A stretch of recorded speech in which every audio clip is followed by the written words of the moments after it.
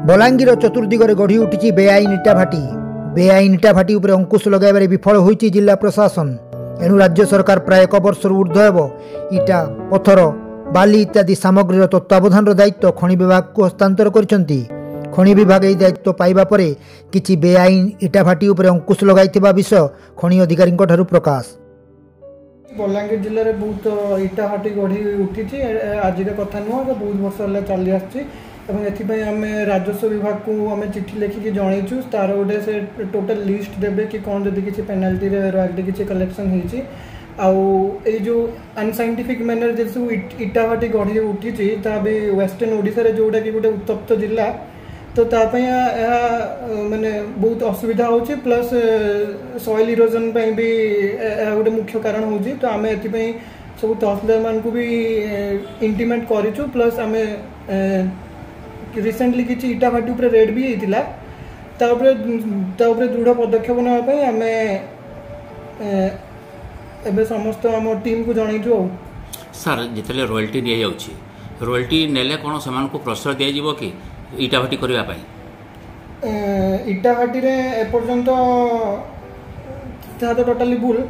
तो आम से आम रिसेंटली 2टा इटा भाटी को डिस्ट्रॉय करचु इलीगल इटा से माने बनौले एबे बाकी लिस्ट आसिले आम बाकी गुड़ा ऊपर दृढ़ पदक्षेप नबू।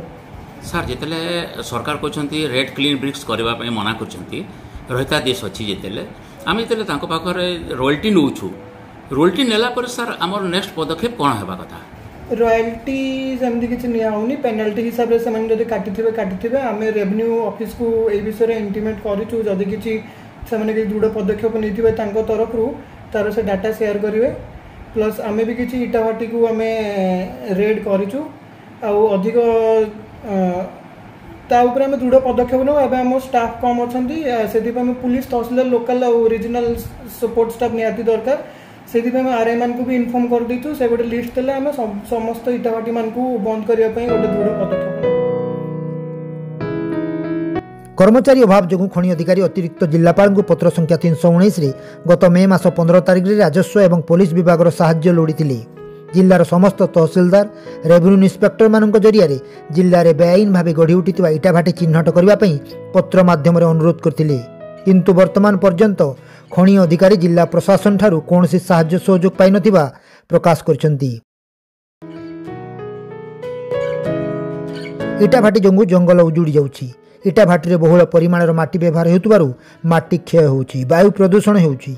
बेआईन विद्युत संजोग द्वारा विद्युत अपचय सह अनेक जनजीवन जीवजंतु प्रति विपद अछि।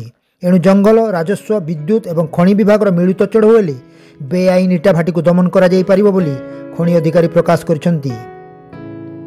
पुईतला ब्लॉक अधीनस्थ सुड्डा ग्राम निकटस्थ फटामुंडा ग्राम शेष मुंडरे थिबा परमा नायक नामक जन एक व्यक्ति तांको जमी वर्ष वर्ष धरी लक्षाधिक इटा निर्माण करुवा बेले वर्तमान पर्यंत तांको ऊपर कौनसी कार्यानुष्ठान ग्रहण करा जाई नथिबा अंचल रे चर्चा हेउछि।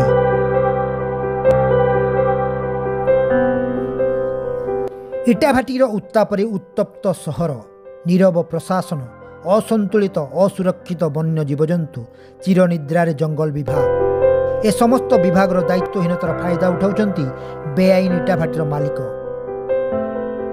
बेआईन इटा बाली पथर चालान को रोकिबा पई खनि विभाग अंटा भिड़ी बाहरी थिबा बेले उपरोक्त विभाग मानकर साहाय्य सहयोग नितांत जरूरी होई पड़छि। एणु जिला प्रशासन ए विषय पदक्षेप नेले अनेक समस्या दूर होई परिबो।